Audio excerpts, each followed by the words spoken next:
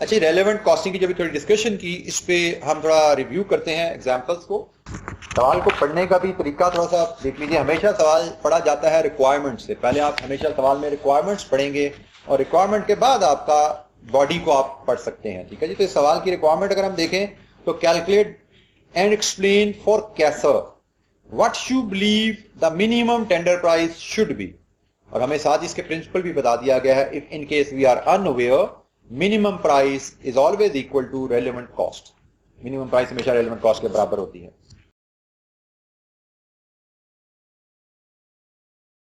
Mister कैसर ने जो tender बनाया है उसकी डिटेल हमें दी गई है। उन्होंने जो मिनिमम प्राइस वर्कआउट किया 364 350 है।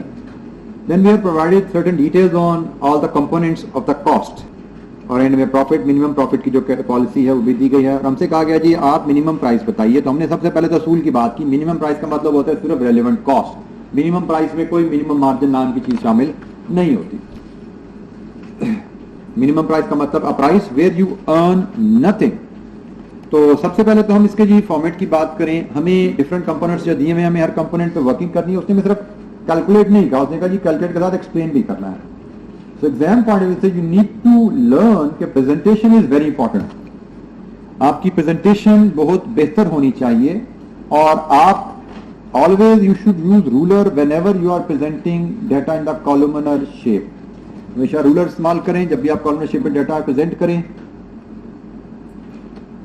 नोट्स अपनी वर्किंग हमेशा रेफर करें और आइडली जितनी भी वर्किंग है एक एक लाइन छोड़ के उनको परफॉर्म कीजिए। उसके मल्टीपल बेनिफिट्स हैं, मैं आगे चलूंगा बात करता जाऊंगा। जैसे अब यहाँ पे जैसे कंपोनेंट दिए हैं, हम कंपोनेंट्स यहाँ पे अगर आइडेंटिफाई करें तो हमारे मटेरियल है जी सबसे पहले, उसके कंपोनेंट्स हैं A B and C, then and D भी है जी। फिर हमारे पास है जी लेबर। लेबर में हमारे पास है जी एक स्किल्ड लेबर, एक semi skilled labour. It is very important कि पहले आप फॉर्मेट अपना सामने ले आए। और एक अनस्किल्ड लेबर, जिससे मैंने आपको शुरू में एक्सप्लेन किया था, फॉर्मेट आपके पास होता है तो यू गेट टू नो कि आप क्या वर्किंग करके आपको आंसर तक पहुंचना है और कौन सी वर्किंग आप परफॉर्म कर सकते हैं और कौन सी वर्किंग आपको अवॉइड करनी है। इसके बाद इसके एनालिसिस में जो आ रहा है वो ओवरहेड्स हैं, तो हम यहाँ पे लिख देते हैं ओवरहेड्स, फिर हम देख लेंगे, फैसला कर लेंगे ये रेलेवेंट है या नहीं है। तो हमें जो पता है, हमारी लर्निंग है कि हमने यहाँ से पहुंचना है रेलेवेंट कॉस्ट तक। हमें पहुंचना है रेलेवेंट कॉस्ट तक और हमारी जो मिनिमम प्राइस होती है वो रेलेवेंट कॉस्ट के बराबर ही होगी। अच्छा जी, वन बाय वन हम प्रोडक्ट पढ़ते जाते हैं, आइटम पढ़ते जाते हैं और उसका एनालिसिस साथ देखते जाते हैं। सबसे पहले हमें मटेरियल ए की बात करनी है। तो मटेरियल ए के बारे में कहा गया जी 1500 kg of this material is in stock. हमें कितना चाहिए? 3000। 1500 स्टॉक में है और 10 रुपए पे खरीदा गया था। Kaiser has no alternative use for this material and intends selling it for 5 रुपए पर kg। However, if he sells any, he would have to pay a fixed sum of 1000 to cover delivery costs. Current purchase price is 20 रुपए। अच्छा जी, एक ही बात करें तो इसका मतलब sum of is it in stock and sum of it is not in stock, ऐसा ही है जी। तो दोनों को अलग-अलग हैंडल कर लेते हैं जी। जो स्टॉक में है उसकी बात और होगी, जो स्टॉक में नहीं है उसका हिसाब किताब कुछ और होगा। तो जो स्टॉक में नहीं है 1500 kg, वो तो बड़ा आसान है, जिसकी रेलेवेंट कॉस्ट क्या होती है 20। रिप्लेसमेंट कॉस्ट मिलता है जी 20 का, तो कितने बनेगी 30,000। और जो स्टॉक में है we will follow the tree. Is there an alternative use? No.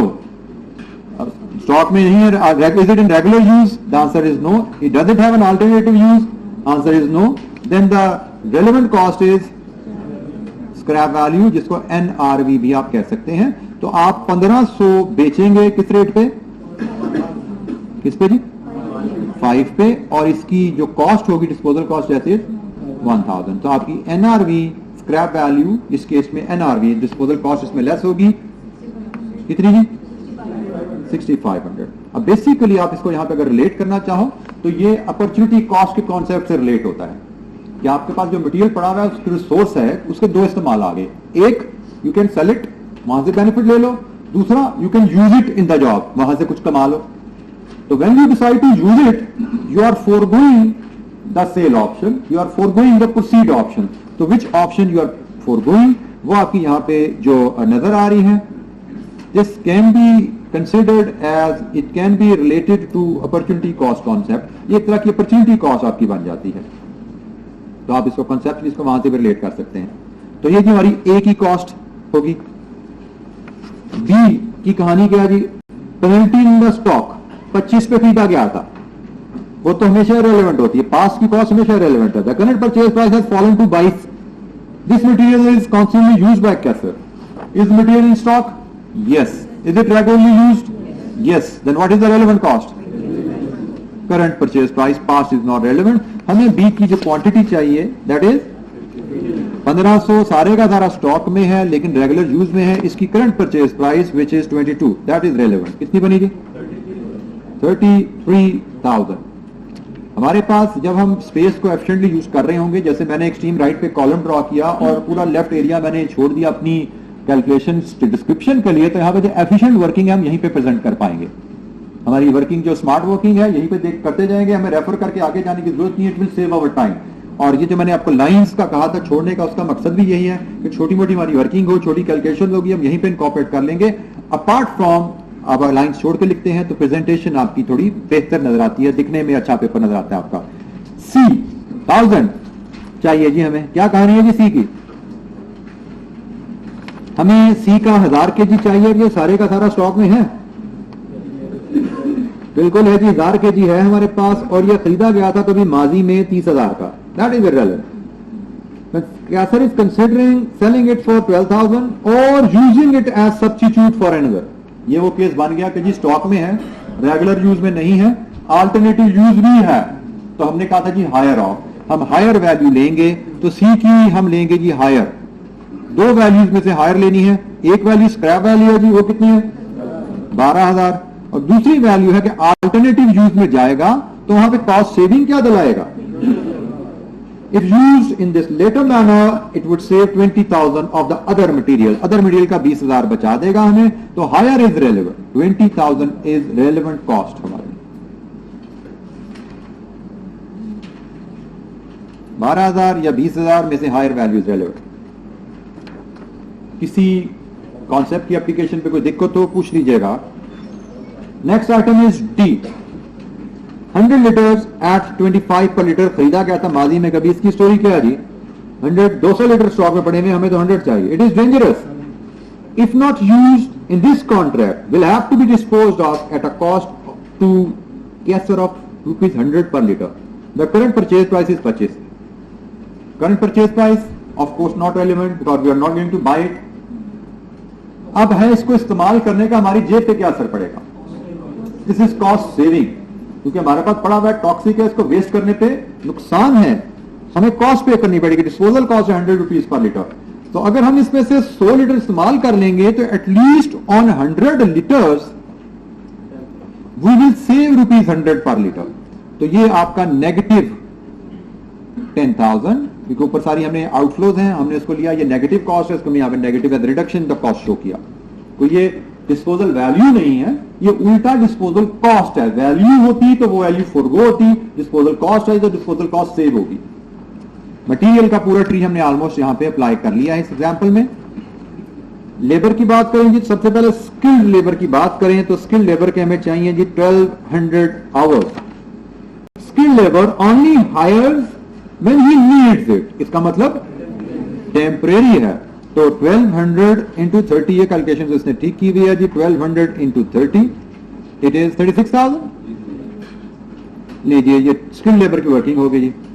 Semi skilled labour में हमें चाहिए 2500 घंटे।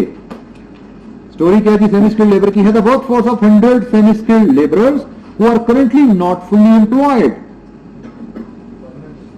नॉर्मली जब फुली एम्प्लॉयड की जिक्र आए तो ये इंडिकेशन शायद परमानेंट की तरफ ही जाता है।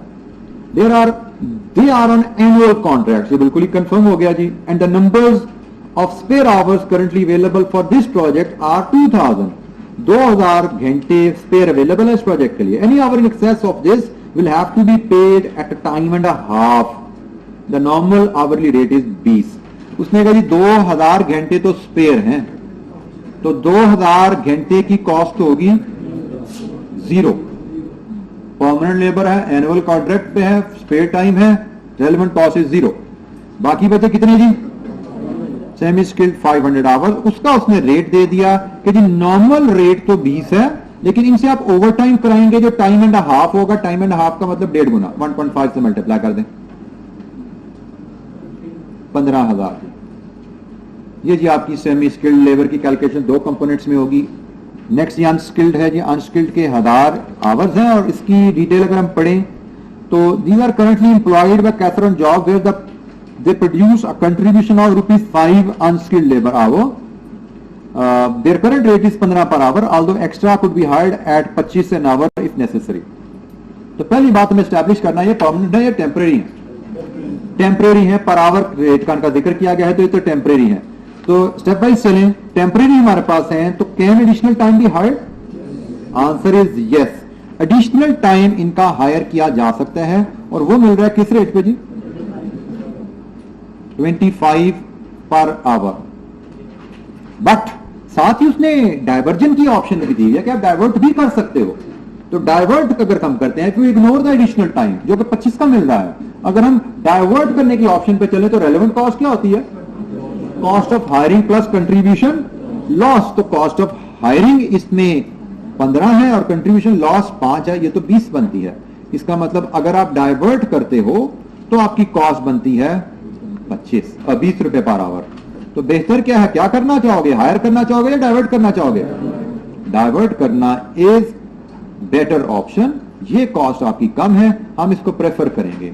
यहां पे इसने दोनों ऑप्शन दे दिए हैं, एडिशनल टाइम हायर करना चाहें वो भी कर सकते हैं, डाइवर्ट करना चाहें वो भी कर सकते हैं। तो we will think commercially diversion की कॉस्ट क्या है वो हमें कैलकुलेट करनी आती है।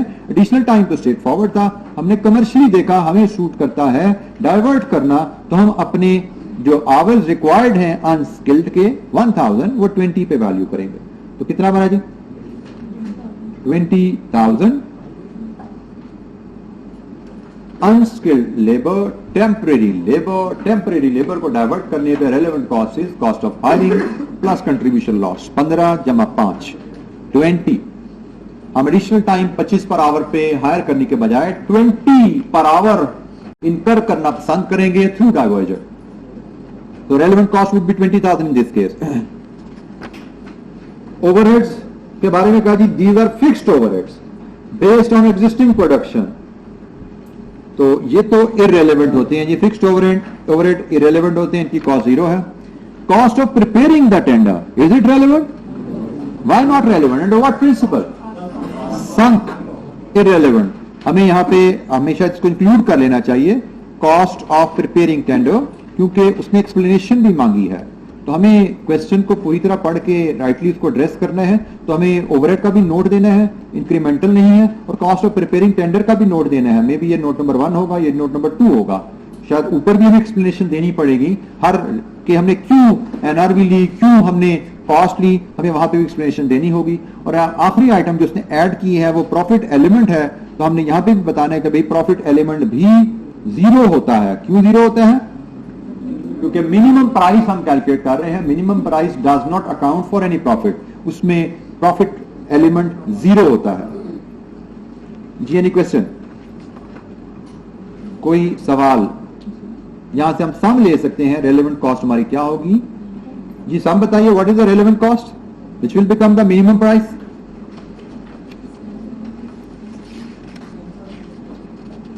बेटा ये हम बात कर रहे हैं, आपके साथी ने सवाल किया, ये जो डिस्पोजल कॉस्ट यहां पे हमने एनआरवी में इधर लेस की है आइटम ए के साथ, ये जो 1000 हमने लेस की है, हमने इसको लेस क्यों किया, ये ऐड क्यों नहीं हुई डिस्पोजल कॉस्ट? तो भाई हम यहां पे कैलकुलेट कर रहे हैं एनआरवी। हमने क्या जिक्र किया था? स्क्रैप वैल्यू लेते हैं। स्क्रैप वैल्यू मतलब हमें मटेरियल बेच के मिलेगा क्या? तो हमें क्या मिलेगा? 1500 का मटेरियल बिकेगा 5 रुपए के हिसाब से, बट 1000 रुपए का तो खर्चा निकल जाएगा ना बीच में, तो हमारे लिए तो मिलेगा क्या? 6500। तो अगर हम इसको इस्तेमाल करते हैं तो हम फोरगो क्या कर रहे हैं? 6500 का इनफ्लो जो हमारी पॉकेट में आ सकता था, यूज करने की वजह से हमने वो कैश फ्लो फोरगो कर दिया। जी जनाब, एनी क्वेश्चन? कौन सी कॉस्ट की बात करें जी? Tender preparation cost. Yes, this is past cost. आपने टेंडर प्रेजेंट कर दिया, अब वो एक्सेप्ट हो ना हो, एक्सेप्ट होगा तो आप बनाएंगे, एक्सेप्ट नहीं होगा तो आगे नहीं चलेंगे। पास्ट का उस पर कोई इंप्लीकेशन नहीं है, ठीक है ना, क्योंकि आपका टेंडर एक्सेप्ट होगा, you have to initiate the work initiate करेंगे तो only future is relevant, past is not relevant. वो तो टेंडर बना के सबमिट करने में जमा करा दिया, that is past. Future is relevant, future is always relevant. जैसे मैंने कहा ना कि आप कह रहे हैं मैं टेंडर भी जमा कराऊं या ना कराऊं, देन इट बिकम रेलेवेंट। जी, एनी क्वेश्चन? मैंने आपको एक चीज बड़ी सिंपल बता दी थी, अंडरलाइन प्रिंसिपल बता दिया था कि आपको हर चीज का इंपैक्ट अपनी पॉकेट पे देख लेना, मेरी पॉकेट पे क्या असर पड़ता है इस डिसीजन का। तो ये एक अंडरलाइन गाइडिंग प्रिंसिपल है, इसके साथ स्टिक होकर चलोगे तो आप दाएं बाएं नहीं हो पाओगे। इस असूल को हर जगह अप्लाई कर देना है कि इस डिसीजन का मेरी पॉकेट पे क्या असर आता है। अच्छा, रेलेवेंट कॉस्टिंग का कॉन्सेप्ट क्योंकि इंपॉर्टेंट है, डिसीजन मेकिंग में काफी जगह जाकर अप्लाई होने हैं और इस पे हमें अक्सर सवाल आते हैं। हमें प्राइसिंग डिसीजन जो आते हैं वो रेलेवेंट कॉस्टिंग के कॉन्सेप्ट पे ही बेस होते हैं, तो इसलिए हम एक और एग्जांपल्स की करते हैं जो कि ये भी कंप्रिहेंसिव एग्जांपल है, हमारी उसी कॉन्सेप्ट की एप्लीकेशन होगी। एग्जांपल हमारी जो नेक्स्ट है दैट इज इलस्ट्रेशन 4। इसकी रिक्वायरमेंट है जी, advise the managing director as to whether the contract should be allowed to proceed, explaining the reasons for the treatment of each item. क्या हमें कॉन्ट्रैक्ट ये प्रोसीड करना चाहिए? अगर करना चाहिए तो इसकी रीजंस बताइए क्या हैं। अगेन एक्सप्लेनेशन के साथ, एक्सप्लेनेशन हमारी डिस्कशन में आ जाएगी। ये आपकी जो एग्जांपल है illustration 4, it is on page 7। एक कॉन्ट्रैक्ट हमारे पास है, क्या हमें इसको कंप्लीट करना है या नहीं? 3 लाख ऑलरेडी कॉन्ट्रैक्ट पे इनकर हो चुके हैं। हमने अब इस स्टेज पे आफ्टर 300,000 इन्वेस्टमेंट हमें डिसाइड करना है कि हमें प्रोसीड करना है या नहीं करना। अगर हम इस कॉन्ट्रैक्ट को 1 साल में कंप्लीट करते हैं तो we will receive 600,000 in the revenue. हमें इंफॉर्मेशन दी गई है कि हम इस कॉन्ट्रैक्ट को, इस प्रोजेक्ट को कंप्लीट करेंगे तो what are the additional cost involve. तो सबसे पहले तो रूल हमें फैसला करना है। तो rule is very simple, cost to complete the project वो क्या है? Past is definitely irrelevant. 3 lakh जो लग चुका है that is irrelevant, that is not relevant. क्योंकि अब हमें फैसला कर रहे हैं आगे जाए या ना जाए, पीछे जो हो चुका है वो हमारे इस फैसले में नहीं आना चाहिए। तो हमने देखना है आगे कॉन्ट्रैक्ट को कंप्लीट करने में what will be our cost और कंप्लीट करने का बेनिफिट, वो तो 6 लाख आपने दिया हुआ है। तो हमें relevant cost of completing the contract ascertain कर लेना है और उसको हमने कंपेयर कर लेना है 6 लाख के साथ। तो अगर 6 लाख जो बेनिफिट है वो कॉस्ट से ज्यादा है तो हम सपोर्ट करेंगे कॉन्ट्रैक्ट कंप्लीट होना चाहिए। अगर हमारा जो कॉस्ट है वो 6 लाख से ज्यादा है, कॉस्ट ज्यादा है, तो हम कहेंगे भाई कि हमें ये कॉन्ट्रैक्ट प्रोसीड नहीं करना चाहिए, यहीं पे अबंडन कर देना चाहिए। तो हमें सबसे पहले यहाँ पे लेना है आइटम्स आइडेंटिफाई करें, हमारे पास रेलेवेंट आइटम्स क्या क्या है।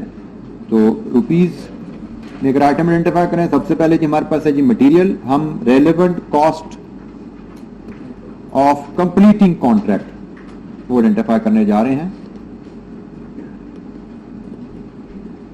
इसमें एक आइटम है जी मटेरियल, दूसरी आइटम है यहां पे जी लेबर, तीसरी आइटम है यहां पे रिसर्च स्टाफ, चौथी आइटम यहां पे आ रही है जी इक्विपमेंट,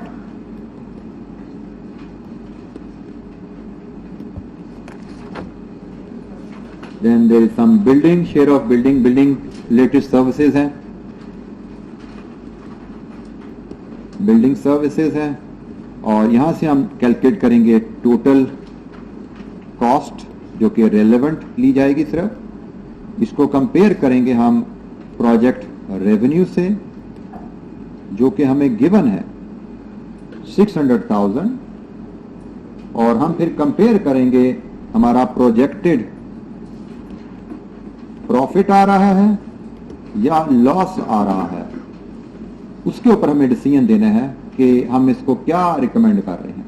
तो डिसीजन का क्या हमारी फ्रेमवर्क है वो हमने प्रिपेयर कर लिया है। तो honestly if you ask me, हम ये फ्रेमवर्क भी बना दें तो अगर ये 10 नंबर का सवाल है तो 10 में से 2 नंबर हम लेके आगे जा सकते हैं, हम कोई वैल्यू भी वर्कआउट ना करें, सिर्फ यहीं पे वर्कआउट करके इधर लिख दें, यहाँ पे कोई फिक्र जिम कर नहीं, 4 लाख लिखूं, नीचे 2 लाख का मुनाफा करके प्रॉफिट निकाल के डिसीजन दे दूं, still I can score 2 marks.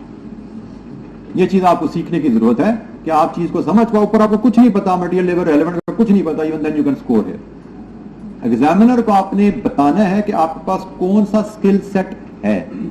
You know decision का रूल क्या है, एटलीस्ट ये तो बता दोगे ना यहाँ पे कि डिसीजन कैसे लिया जाना है। ऊपर लिख दिया relevant cost of completing the contract, नीचे लिख दिया रेवेन्यू कंपेयर करके फैसला करना है। तो अगर कोई फिगर ज्यूम करके आप यहाँ पे फैसला भी दे दोगे तो डिसीजन लेना और रसूल बताने के नंबर आपको 2 नंबर शायद 10 में से फिर भी मिल जाएंगे। ठीक है जी। सो ये चीज आपको अडॉप्ट करनी है, जितनी जल्दी इसको अडॉप्ट कर सकें ये तभी पॉसिबल है जब आप घर पे बगैर सोल्यूशन के हेल्प के सवाल करने की कोशिश करेंगे, तभी आप इसकी को अडॉप्ट कर सकोगे। अच्छा, let's start with the material. जो प्रोजेक्ट को कंप्लीट करने के लिए मटेरियल चाहिए, क्या कहते हैं जी इसके बारे में? खरीदा जा चुका है 1,20,000 का, खरीदा जा चुका है तो 1,20,000 तो इरेलेवेंट है भाई। Stock is in hand. Toxic, कोई अल्टरनेटिव यूज नहीं, उसने सीधा ही टॉक्सिक अगर हमें डिस्पोज ऑफ करेंगे तो 10,000 का खर्चा लगेगा। इसका मतलब सेविंग मटेरियल पे तो हमारी कॉस्ट सेविंग आ रही है 10,000 की।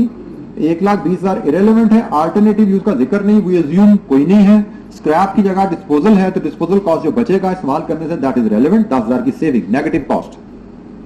लेबर, स्किल्ड लेबर इस्तेमाल होनी है जी, हार्ड टू रिक्रूट है।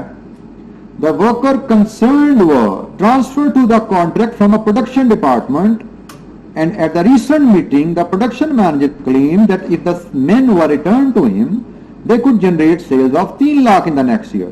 The prime cost of these sales would be 2 lakh including 80,000 for the labor cost itself.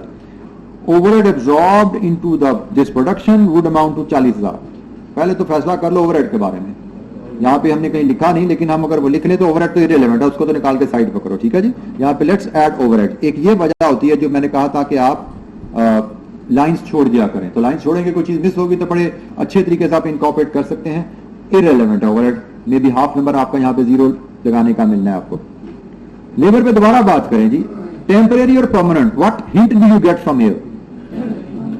Temporary और परमानेंट, दो बातें आ रही है जी यहाँ पे, परमानेंट भी कह रहे हैं टेम्परेरी भी कह रहे हैं। क्या हमें कोई ऐसा हिंट है कि ये परमानेंट है? पहली बात, क्या इस डाटा में कोई ऐसी इंडिकेशन, मैंने पहला सवाल था, कोई ऐसा इंडिकेशन है कि इट इज परमानेंट? परमानेंट की हमने बात की थी कि वो होगी या उसकी salary period weekly, monthly, annual के उससे पैकेज दिया हुआ, ऐसी बात है कोई गारंटीड पेमेंट का जिक्र है यहाँ पे? तो अगर ऐसा कोई जिक्र नहीं है तो नॉर्मली जो प्रोडक्शन टीम को हम यहाँ पे ट्रीट करते हैं that is temporary. Unless we have a clear indication that it is permanent, our normal assumption would be कि production team would be temporary. वो मैंने आपको परमानेंट की 3-4 इंडिकेशन बता दी थी, वो अगर नहीं है तो हम इसको टेम्परेरी लेते हैं। तो पहली बात ये टेम्परेरी लेबर है। हार्ड टू रिक्रूट मतलब एडिशनल टाइम अवेलेबल नहीं है, टेम्परेरी लेबर है, additional time can not be hired. अब आ जाइए आप नीचे, इसका मतलब हमें डाइवर्ट करना पड़ेगा। डाइवर्ट करना है तो डाइवर्ट करते हैं तो रेलेवेंट कॉस्ट क्या होती है जी? Cost of hiring plus contribution loss. तो कॉस्ट ऑफ हायरिंग कितनी है इसकी? 80,000 और कंट्रीब्यूशन होते हैं जी आपका sale value minus variable cost, 3 lakh minus 2 lakh, 1 lakh. तो शायद आपकी लेबर की कॉस्ट रेलेवेंट है 1,80,000। जी जनाब, हमने बिल्कुल प्रिंसिपल पे जैसे हमने बात की थी उसी के तहत हमने इसको अप्लाई किया। हमने ट्री स्ट्रक्चर के तहत इसको फॉलो किया। स्ट्रक्चर से हमें पता लगा ये टेम्परेरी लेबर है, एडिशनल टाइम हायर नहीं किया जा सकता, डाइवर्ट करनी पड़ेगी। डाइवर्ट करनी है तो relevant cost is cost of hiring plus 80,000। और इसमें अगर आप समझते हो ना कि आपको सवाल करने में, आइडेंटिफाई करने में परमानेंट और उसमें टेम्परेरी में कोई एम्बिग्विटी है तो एम्बिग्विटी क्लियर हो जाती है जब उसने प्राइम कॉस्ट में आपको डाल दी लेबर और कंट्रीब्यूशन की कैलकुलेशन में शामिल कर दी जब उसने। ठीक है जी। तो कंट्रीब्यूशन की कैलकुलेशन में सिर्फ वेरिएबल कॉस्ट ली जाती हैं। अच्छा जी, बेटा ओवरहेड एब्जॉर्ब्ड का मतलब पहले हमें समझ लेना चाहिए। एब्जॉर्ब का मतलब होता है एग्जिस्टिंग खर्चे की तकसीम। मतलब आप हॉस्टल में रहते हो, 2 बच्चे, एक कमरा शेयर कर रहे हो, 10,000 किराया है तो 5,000 खर्चा तकसीम हो गया आप दोनों में। अब ये आप 2 की जगह 4 बच्चे हो जाओगे तो तकसीम बदल जाएगी, तीसरे और चौथे के से भी 2,500 आ जाएगा। This is what is almost meant by absorption. It does not mean कि आपका खर्चा बढ़ गया है। एब्जॉर्ब का मतलब होता है खर्चे की तकसीम बदल गई है, एग्जिस्टिंग खर्चे की तकसीम। आपके इससे खर्चा कितना आ रहा है फिक्स्ड कॉस्ट में से, तो हमने खर्चे की तकसीम बदलने के जो असरात हैं वो हमारे लिए रेलेवेंट नहीं होते क्योंकि वो इंक्रीमेंटल नहीं है। ठीक है, वो तकसीम बदली है प्रोजेक्ट की वजह से। एग्जाम्पल, अगर हम यहाँ पे 2 मशीनें पड़ी हुई हैं, हॉल में किराए पे लिया हुआ है तो 2 मशीन में रेंट तकसीम हो रहा है। तीसरी मशीन ऐड कर देंगे तो 3 में तकसीम होना शुरू हो जाएगा काउंटिंग पर्पसेस से। बट तीसरी मशीन की वजह से रेंट बढ़ा तो नहीं है, खर्चा डॉलर है, तीसरे को लाभ होगा तीसरे में भी आप कि भाई 3 मशीनें हैं तो तुम भी अपने हिस्से का रेंट पे करो, बट इंक्रीमेंटल नहीं आया। अच्छा जी, रिसर्च स्टाफ पे आइए जरा। Research staff, it has been decided that when the work on this contract ceases, the research department will be closed. The research wages for the year are 1,20,000 and redundancy and severance pay has been estimated at 30,000 now or 70,000 in 1 year time. अच्छा, अब आगे pocket पे burden देख लीजिए, यहाँ पे क्या है।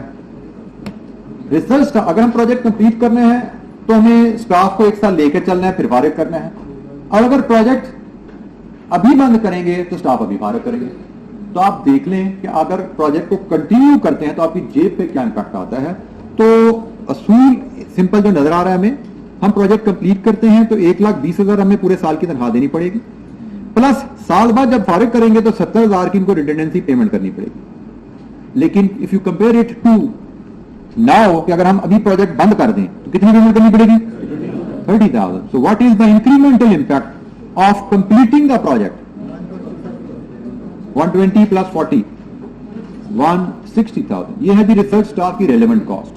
अगर रिसर्च स्टाफ से जॉब कंप्लीट करवाते हैं तो आपकी जेब पे एडिशनल इंपैक्ट क्या आएगा? अभी कंप्लीट ना करें, जेब से 30,000 जाता है, कंप्लीट करेंगे तो 1,90,000 जाएगा। Net impact 1,60,000, that is relevant. Equipment, the contract utilises a special microscope which cost 36,000 3 years ago, irrelevant, past है। It has a residual value of 6,000 in another 2 years, 2 साल बाद 6,000 की बिकेगी, still irrelevant। हमें उससे क्या, हम तो ये आज और साल बाद की बात करना चाह रहे हैं। The current disposal value is 16,000, yes, this is relevant, अभी 16,000 की बिकती है। If used in the contract, it is estimated that disposal value in a year's time will be 12,000। इसका मतलब मेरी जेब पे असर क्या पड़ा कॉन्ट्रैक्ट कंप्लीट करने का? अभी 16,000 की बिकती है, साल बाद 12,000 की बिकेगी, तो मेरी जेब से माइक्रोस्कोप के इस्तेमाल करने की वजह से गया 4,000। This is the relevant cost. Impact on pocket, share of general building services, the contract is charge with 70,000 per annum to cover the general building expenses. Is it relevant? This is irrelevant. वो जो मैं किराए की sharing की बात कर रहा था कि इस बिल्डिंग में होगा तो उसका किराए का कुछ हिस्सा इसको भी डलेगा, तो भाई अगर ये प्रोजेक्ट नहीं भी होगा तो खर्चा तो होगा ना, हिस्सा इसको नहीं डलेगा तो हिस्सा किसी और को डाल देगा। This is irrelevant. लेकिन नेक्स्ट मिनट पढ़ें, immediately after completing after the contract is discontinued, the space occupied to be sublet for an annual rental of 14,000. This is relevant कि अगर आप कॉन्ट्रैक्ट कंप्लीट करेंगे तो आप उसको सबलेट की ऑप्शन 1 साल के लिए फोरगो कर दोगे, ठीक है जी। सो कॉन्ट्रैक्ट कंप्लीट करने से आपकी जो रेंटल फोरगोन है that becomes relevant. Building service not relevant, लेकिन अगर आप कॉन्ट्रैक्ट बंद कर दो, building can immediately be rented out और 1 साल में 14,000 का रेंटल लिया जा सकता है जो कि कॉन्ट्रैक्ट कंप्लीट करने में फोरगो होता है। So this becomes your cost. जी, now you can take the total. आपकी तमाम कॉस्ट कंप्लीट हो गई हैं। 348,000 आपकी कॉस्ट है और यहां से आपको प्रॉफिट मिल रहा है 252,000 का। So your decision should be the company should proceed with the contract। ये जरूरी होता है कि आप देखिए रिक्वायरमेंट को एक दफा आगे चलने से पहले कि आपकी रिक्वायरमेंट क्या है। तो उसने आपको सिर्फ कॉस्ट बेनिफिट नहीं किया, उसने कहा एडवाइस, तो आपको एडवाइस लिखना जरूरी है। आपको एडवाइस लिखने के गालबन आखिरी एक आध नंबर जो है वो एडवाइस लिखने का है। आपके साथी का सवाल है पास्ट कॉस्ट क्यों नहीं रेलेवेंट है? 3 लाख जो हमने पे शुरू में कर दिया वो क्यों नहीं रेलेवेंट है? तो भाई कमर्शियल सेंस में हमने सबसे पहले बात जो शुरू की थी वो असूल से शुरू की थी। असूल है फैसला कर रहे हो आज आप, तो फैसला आपका सिर्फ इंपैक्ट कर सकता है फ्यूचर को। फैसले के असरात आपके सिर्फ फ्यूचर पे आ सकते हैं। You can not change the past. When you can not change the past with your decision then why to consider past in your decisions. तो 3 लाख आपकी जेब से जा चुके हैं, वेदर यू गो हेड और not, you can not recover that. हाँ, ये ऑप्शन यहां पे होती कि जी 3 लाख लग चुका है, आगे चलो, या अभी एक पार्टी इसको 50,000 में खरीदने पे तैयार है, देन इट बिकम्स रेलेवेंट। क्योंकि अगर हम प्रोजेक्ट को आगे चले बगैर यहां पे बेचते हैं 50,000 का बिकता है, आगे चलते हैं तो 50,000 फोरगो हो रहा है, फिर वो 3 लाख की जगह 50,000 आप डाल लेते हैं कि हमने उसकी कॉन्ट्रैक्ट की सेल फोरगो करके इसको कंप्लीट करने जा रहे हैं। बट 3 लाख जो इनकर हो चुका है that is not relevant, that will not change with your decision. तो असूल मैंने बड़ा पहली स्लाइड में बताया था रेलेवेंट कॉस्टिंग का, any cash flow which will change because of your decision. Accounting की बात करो, डेबिट क्रेडिट में बात करो, yes 3 lakh will be reflected in your statement as a cost, but decision making की बात करो, इसमें इसकी कोई जगह नहीं, पास्ट की संक कॉस्ट की कोई जगह नहीं। जी एनी क्वेश्चन, कोई और सवाल?